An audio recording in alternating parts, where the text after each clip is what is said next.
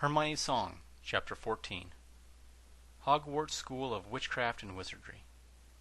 The entryway into the ancient castle of Hogwarts was a scene of barely controlled chaos.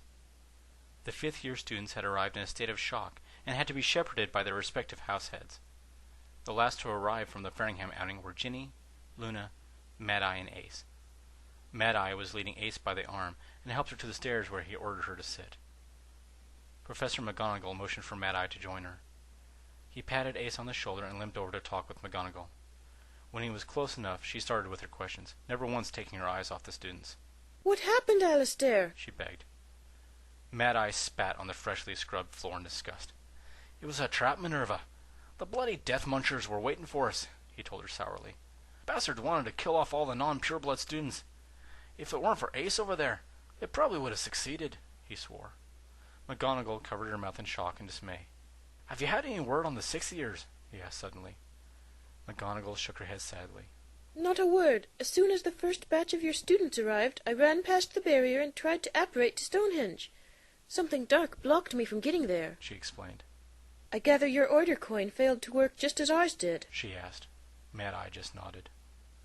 McGonagall spared a glance at Ace, worried about the younger woman. Ace was still where Mad-Eye had left her, a haunted look in her eyes. "Did a Death Eater hurt Ace?" Professor McGonagall inquired, wondering if she should have Ace moved to the hospital wing. She wasn't prepared for Mad-Eye laughing in response to her questions. "Ace? Hurt? Not hardly," Mad-Eye laughed. "I would say it's the other way around. Ace had to use force on one of the Death Eaters in order for us to survive. Of course, now that I think about it, he really didn't hurt for very long," he chuckled. Professor McGonagall tilted her head, inviting Mad-Eye to go on. "Our sweet little Ace over there used a spell to slice that piece of scum from testicles to spectacles," he said approvingly. Professor Flitwick wandered past and couldn't help but overhear. Without realizing it, the diminutive charms instructor glanced over at Ace and put a protective hand over his groin before hurrying along. "Poor girl," Professor McGonagall whispered. She was glad to see that the taking of another person's life was still able to affect the black cat like it did. It proved her heart was still in the right place. "I'll go speak with her," she offered, and started to make her way towards Ace. She was stopped by Mad-Eye's hand on her arm. "Not this time, Minerva," Mad-Eye said, shaking his head. "You've never taken another human life before. She needs to talk with someone who knows what she's going through," he explained. McGonagall nodded silently and stepped back. Ace had recovered enough to glance at Mad-Eye when he sat on the step next to her. He pulled a silver flask with ornate runes on it from his jacket.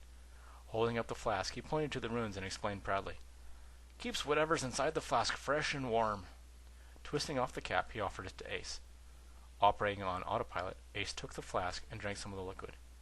As soon as the liquid touched her tongue, she gave Mad-Eye a quizzical look. "Is that what I think it is?" she inquired, finding it hard to believe her own taste buds. Mad-Eye chuckled while he took the flask back. He leaned his scarred face next to her ear.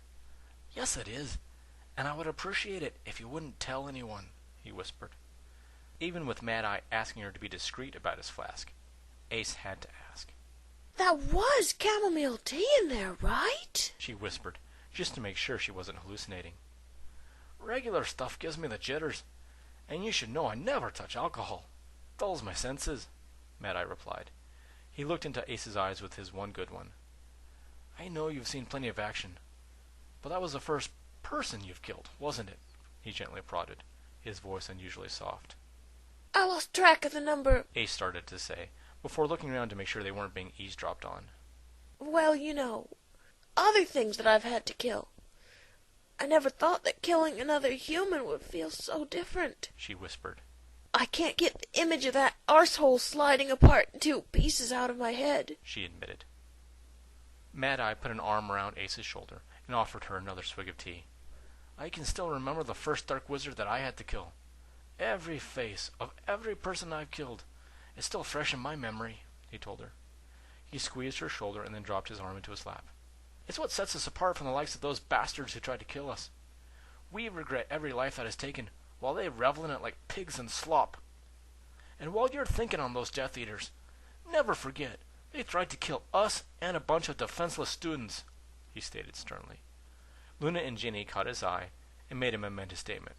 "Well, perhaps not all of them were defenseless." Ace took another drink of tea before responding. How do you deal with the memories? She inquired. Killing that man is repeating in my head like an 80s pop song on constant repeat, she complained. Mad-Eye cringed at the comparison she had made.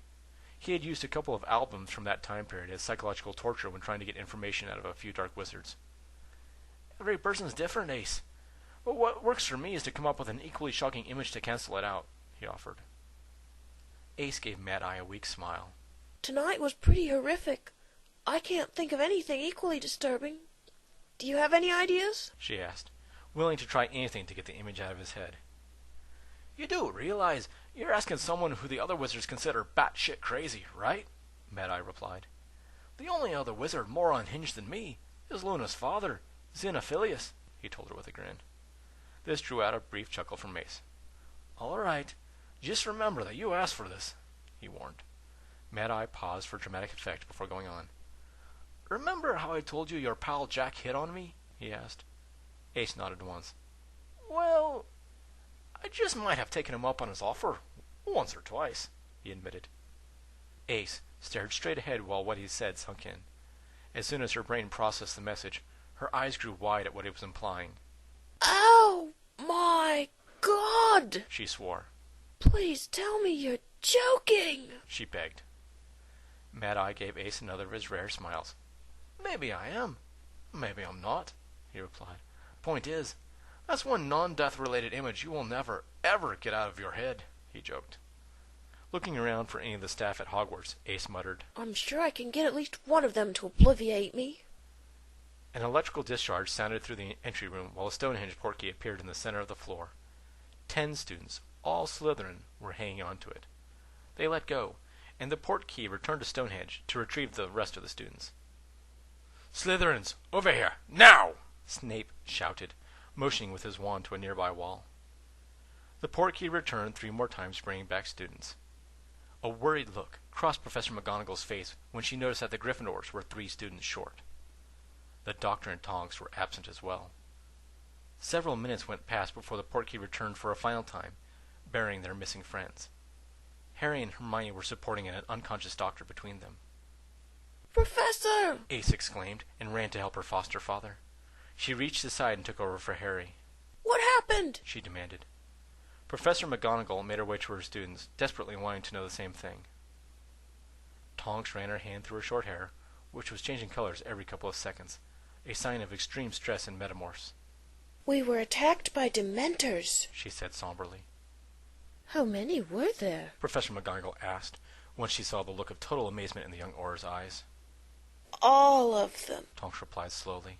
I'm willing to bet my entire vault at Gringotts that every Dementor on Earth got together to do us in, she exclaimed.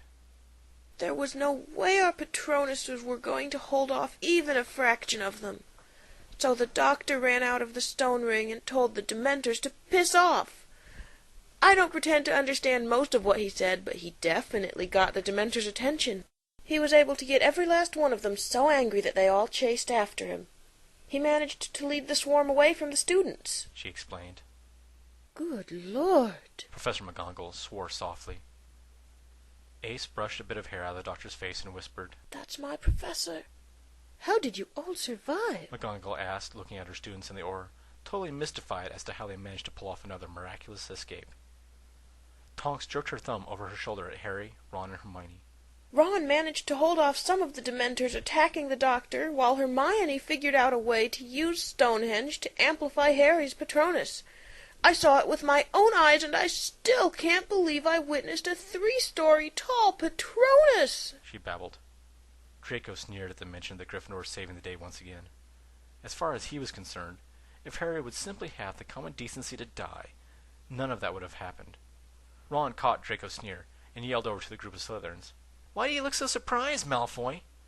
Everyone else in the school knew Harry's was bigger than yours, he taunted.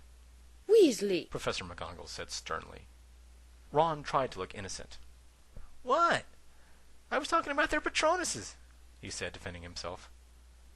Giving Ron a look over the top of her glasses that she had mastered through the years of teaching. Yes, I'm sure you were, she replied. She returned her gaze to the Doctor. Well, get this brave fool off to the hospital wing immediately, she told the young women supporting him. No! Ace shouted quickly. She saw the looks of confusion on everyone's face and knew she had to improvise quickly. He can't go there because of... She stammered, trying to think of a way to keep the doctor's unusual nature secret. We have top-secret rune tattoos that only black cats receive. If someone else sees them, we're obligated by the Crown Secrets Act to obliviate anyone who might have been in the area. She lied. Professor McGonagall wasn't buying it, but guessed there was something the doctor wanted kept secret, and decided to honor his wishes. As you suggest, Aurora McShane, She said formally. Potter, Weasley, help Ace and Miss Granger get the doctor back to his quarters, and then report to the headmaster's office. I'm sure Professor Dumbledore will want to hear everything. She ordered.